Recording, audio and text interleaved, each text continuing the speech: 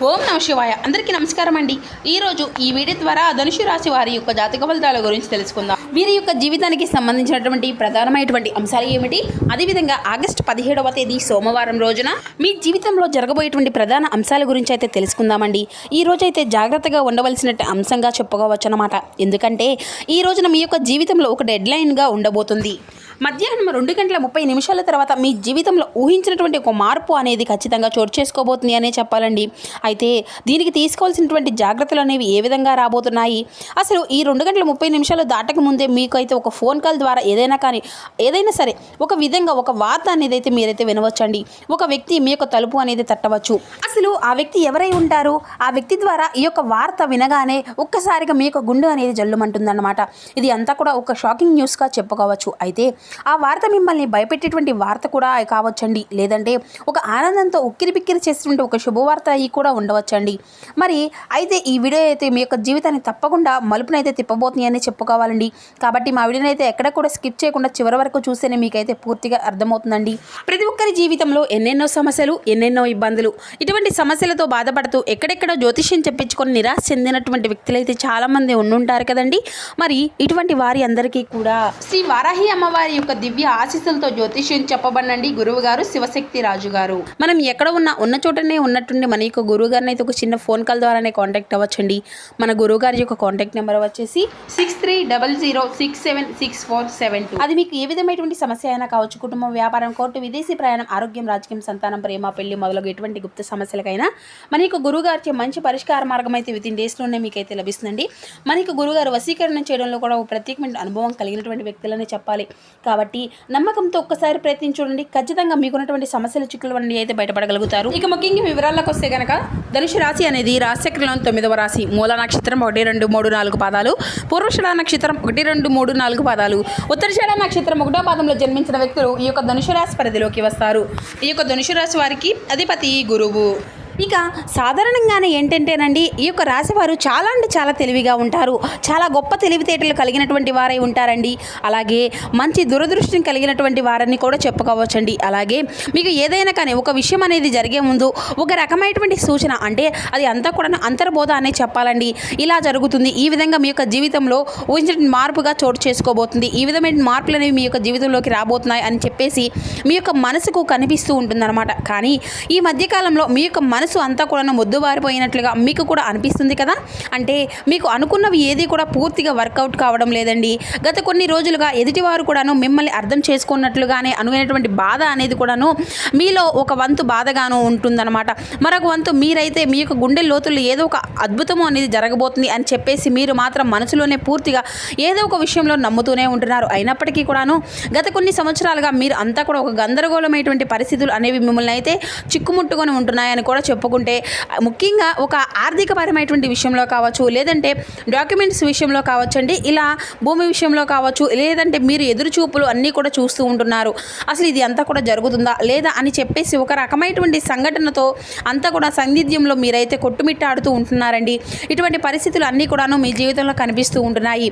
మరైతే మీరైతే బాగా నమ్మినటువంటి కొంతమంది వ్యక్తులు కూడాను మీకు మీ మీద నెగిటివ్గా సమాచారం అనేది చేస్తూ ఉండడము అయితే రేపటి రోజున ఒక మధ్యాహ్నం తర్వాత ఈ యొక్క టెన్షన్ కానీ, లేదంటే తద్వారా జరగబోయేటువంటి అంశం గురించి కానీ తెలుసుకుంటే ఇది అంతా కూడా మీకు చాలా ప్రత్యేకంగా మీ యొక్క జీవితంలో ఉండబోతుంది అనమాట.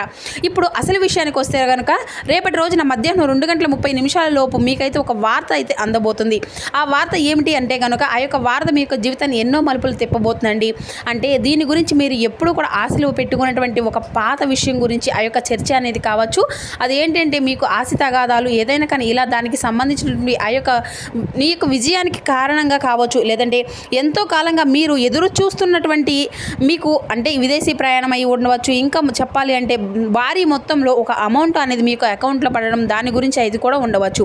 మరి రేపటి రోజున ఆ యొక్క సమయంలో ఒక మంచి శుభ పరిమాణం అని కూడా చెప్పుకోవచ్చండి. అందులో ఒక ట్విస్ట్ కూడా ఉంటుందండి మీ యొక్క జీవితంలో. ఆ యొక్క వార్త అనేది వినగానే మీకైతే నేరుగా అయితే ఆ యొక్క వార్త ఏది కూడా రాదండి. మీరు ఏదైనా కానీ ఒక వ్యక్తి ద్వారా హఠాత్తుగా ఆ యొక్క వార్త అనేది మిమ్మల్ని అయితే చేరుకుంటుందన్నమాట.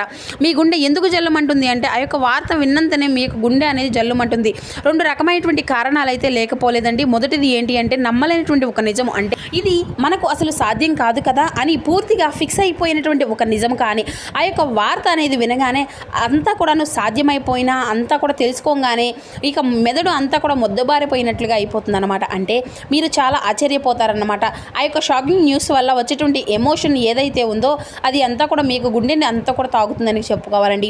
ఇక ఆ యొక్క వార్తతో పాటుగా ఒక పాత వ్యక్తి పేరు కూడా మిమ్మల్ని రేపటి రోజున బయటకు వస్తుందన్నమాట. అతను లేదంటే ఆమె మరలా మీ యొక్క జీవితంలోకి రావడం అనేది జరుగుతుందన్నమాట. వారు వచ్చారా అనేటువంటి ఒక షాకింగ్ అనేది మీలో కలగబోతుంది. అది అంతా కూడా ఆనందము భయము రెండూ కలగలిపి ఒక రకమైనటువంటి గొప్ప అనుభూతిలాగా మీకైతే అనిపిస్తుందండి. ఈ యొక్క అనుభూతి కారణంగా మీకు ఊహించని విధంగా వచ్చేటువంటి ఒక వార్త కారణంగా మీకు ఒక్కసారిగా ఆశ్చర్యపోయేటువంటి అవకాశాలు కూడా చాలా అంటే చాలా ఎక్కువగానే కనిపిస్తున్నాయండి. అయితే అసలు మరి ఇప్పుడు ఎందుకు జరుగుతుంది అంటే ఇప్పుడు మీరు సాధారణంగా మీరు ఈ 2 గంటల 30 నిమిషాల లోపు దీనికి సంబంధించిన దీనికి కారణం ఏంటి అంటే మీరు గతంలో చేసినటువంటి ఒక రహస్యమైనటువంటి ఒక సహాయం అనేది లేదంటే ఒక ఇన్స్టెంట్లో మీరు పూర్తిగా మర్చిపోయినటువంటి పూర్తిగా అంటే ఒక పని దానికి సంబంధించినటువంటి ఒక మంచి ఫలితం అయితే ఇప్పుడు మీకు లభిస్తుందన్నమాట. అయితే మీ వెనక ఎవరో మీకు తెలియకుండానే ఈ పని అనేది పూర్తి చేశారు. ఎవరు చేసి ఉంటారు అనేసి చెప్పుకోవాలి అంటే మాత్రం భగవంతుడే చేశారనే చెప్పుకోవాలండి. అంటే ఈ రోజున కొంతమంది వ్యక్తులు నిజాన్ని అయితే బయట పెట్టాలి అనేసి నిర్ణయించుకొని ఉన్నారండి. ఆ యొక్క అందుచేత వారు ఊహించని విధంగా మీకు ఆ యొక్క ధనలాభం అనేది మీకే ఆ యొక్క ఆస్తి మీద లేదంటే దానికి సంబంధించిన డాక్యుమెంట్స్ కానీ ఇటువంటివి ఏవైనా సరే తీసుకువచ్చేసి మీకైతే పూర్తిగా వివరణ అనేది చేస్తారండి. వీటన్నిటిని చూసుకుంటే కొంచెం రెస్ట్ తీసుకునేటువంటి ప్రశాంతకరమైనటువంటి రోజు అని కూడా చెప్పుకోవచ్చు. ఊహించిన విధంగా వారు చెప్పడం వల్ల మీకు కొంచెం ఆశ్చర్యంగా అనిపిస్తుంది. అయితే దీనికి మరొక రీజన్ కూడా ఉంటుందండి. గ్రహస్థితి పరంగా చూసుకున్నట్లయితే కనుక మీకు ఈ రోజున శని ప్రభావం అనేది కొంచెం తక్కువగానే కనిపిస్తుంది. అలాగే ఈ రోజున మీకు శని భగవాన్ మంచి అవకాశాలను కూడా ఇవ్వబోతున్నాడండి. రాహుల్ యొక్క సంచారం గురు దృష్టి ఈ యొక్క రాశి వారి పైన ఎక్కువగా పడడం వల్ల ఈ 2 గంటల 30 నిమిషాలు అనేది మీ యొక్క రాశి వారికి ఒక శుభముహూర్తం లాంటిదన్నమాట. మరి ఈ యొక్క సమయంలో గ్రహాల యొక్క కలయిక వలన మీకు ఆశ్చర్యకరమైనటువంటి ధనలాభం లేదంటే ఒక ముఖ్యమైనటువంటి కీలకమైనటువంటి వార్త వచ్చేటువంటి అంశంగా కూడా ఈ యొక్క వార్త నుండి వచ్చేటువంటి ఒక లాభం అనేది కూడా మీకు అన్ని రకాలుగా చాలా అంటే చాలా ఆశ్చర్యకరమైనటువంటి విషయాలనే కలిగించబోతుంది అనమాట. అయితే ముఖ్యంగా దీనివల్ల ఏంటంటేనండి మీరు మీ యొక్క జీవితంలో ప్రధానంగా చూసుకున్నట్లయితే రేపటి రోజున మీకు ఉన్నటువంటి ఒక పెద్ద టెన్షన్ కూడాను తగ్గుతాయండి. సమాజంలో గౌరవ ప్రతిష్టలు కూడా పెరుగుతాయి.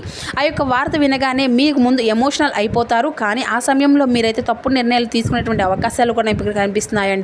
అంటే ఎలాగైతే మీది ఏదైతే కొంచెం అంటే మీకు బీపీ అనారోగ్య సమస్యలు కూడా ఉంటాయి కదండి. అటువంటివి అన్నీ కూడా ఆవేశపడిపోయి తొందరపడి నిర్ణయాలు అనేవి తీసుకోకుండా కొంచెం ప్రశాంతంగా నిర్ణయాలు అనేవి తీసుకోవడం సమర్థవంతంగా ఎదుర్కొనేటువంటి ప్రయత్నం అనేది చేయండి. అటువంటి శక్తి అనేది ఉన్నప్పుడు ఏ విధంగా కూడా మనం భయపడవలసిన అవసరం ఏది కూడా లేదండి. ప్రతి ఒక్క మనిషి అంటే ఏ విషయంలోనైనా కూడా శుభవార్తలు అశుభవార్తలు అన్నీ కూడా సాధారణంగానే కదా. మరి యొక్క జీవితంలో కూడా ఒక్కొక్క రోజు మనకు చాలా ప్రశాంతంగా అనిపిస్తుంది. ఒక్కొక్క రోజు అసలు ఈ రోజే బాగాలేదు, చాలా ఒత్తిడిగా ఉంది, నిద్ర లేచినప్పటి నుండి కూడాను ఎవరి మొహం చూసాము అన్నట్లుగా ఒక రకమైనటువంటి ఫీలింగ్ అనేది మన మనసులో కలుగుతూ ఉంటుందన్నమాట. అలా ఒక్కొక్క రోజు ఒక్కొక్క రకంగా ఉంటుందన్నమాట. కాబట్టి ఒక్కొక్క రోజుగా మనకు సంబంధించిన పనుల్లో కొన్నిటిలో ప్రశాంతత అనేది కనిపిస్తుంది. అదేవిధంగా ఈ రోజున మనకు సంబంధించిన పనుల్లో పూర్తిగా డీలా పడిపోయామేమో అన్నట్లుగా కనిపిస్తూ ఉంటుంది. కాబట్టి ఏదైనా కానీ ఆ యొక్క ఆలోచన విధానంలో మనం తీసుకునే నిర్ణయాలు బట్టే ఉంటుందండి. కాబట్టి ఈ రోజున ఉదయం టైంలో ఆ యొక్క శివుని యొక్క ఆరాధన అనేది ఖచ్చితంగా చేసుకోండి.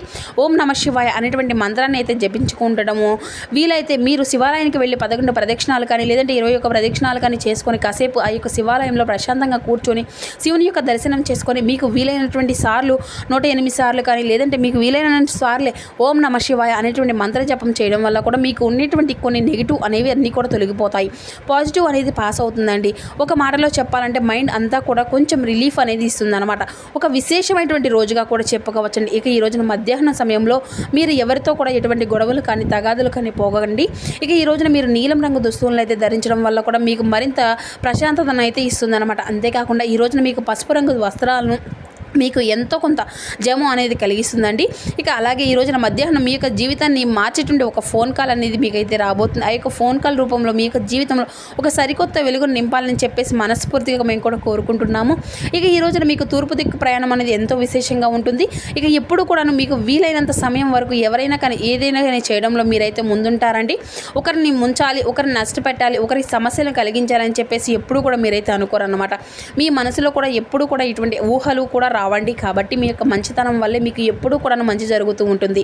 అలా ఆగిపోయినటువంటి పనుల్లో కూడా మీకు మంచి మార్పులు కలగడానికి ఇదంతా కూడా సహాయపడుతుంది. అలాగే మనం ఎప్పుడైనా కానీ సరేనండి, చేసినటువంటి మంచి పనిని కనుక మనకు అంటే ఒక్కొక్క రోజు మనకి అంతే కూడా అవే సహాయపడుతూ ఉంటాయని కూడా చెప్పుకోవచ్చు. అలాగే నిదర్శనమే ఈ రోజు అండి. కాబట్టి ఈ రోజున మీ యొక్క జీవితంలో జరగబోయేటువంటి ఒక మంచి మార్పు అనేది ఖచ్చితంగా మీరైతే చూడబోతున్నారు. మీరు మనస్ఫూర్తిగా మంచిగా ఈ రోజునైతే పాజిటివ్గా ఉండండి. మీ యొక్క మనసులో మీరు ఎప్పుడూ కూడా ఎటువంటి నెగిటివ్ ఆలోచనలు అనేవి తీసేస్తూ ఉండండి. అలాగే మీరు ఏదైనా కానీ ఒక విషయం గురించి నిర్ణయం అనేది తీసుకునే ముందు 1-4 సార్లు ఆలోచించి పెద్దల యొక్క సలహాలు అనేవి సూచించుకొని తెలుసుకొని జాగ్రత్తగా నిర్ణయాలు అనేవి తీసుకోండి. అలాగే మీ ఇంట్లో పెద్దల యొక్క ఆశీర్వచనాలతో పాటుగా మీ యొక్క జీవిత భాగస్వామి యొక్క నిర్ణయాన్ని కూడా గౌరవిస్తూ ఉండండి. ఇక ఈ రోజున మీరు బయటికి వెళ్ళే ముందు శివుని యొక్క భస్మం అనేది లేదంటే సింధూరాన్ని కానీ ధరించి నుదుటన ఈ విధంగా మీరు బయటకు వెళ్ళడం వల్ల చేసుకుంటే కానీ కొన్ని నెగిటివ్ ఆలోచనలు, నెగిటివ్ సమస్యలు అనేవి అన్నీ కూడా తొలగిపోతాయి. అంతా కూడా పాజిటివ్గా ఉంటుందండి. ఇక మీ యొక్క మనసు కూడాను చాలా ప్రశాంతంగా ఉంటుందండి. నలుగురితో నవ్వుతూ మాట్లాడుతూ ఉండండి. ఎవరికి కూడాను చిరాకు పడడం, కోపంగా ఇటువంటి పనులు అనేవి అసలు చేయకండి. అలాగే మీకు వచ్చేటువంటి సంకేతాల ద్వారానే మీకు రిజల్ట్ అనేది కూడా చాలా కనిపిస్తూ ఉంటుంది. కాబట్టి మీరు కొన్ని ఏవైనా సరేనండి వచ్చినప్పటికీ కూడా వాటితో మంచిగా ఆలోచిస్తూ ఉండండి.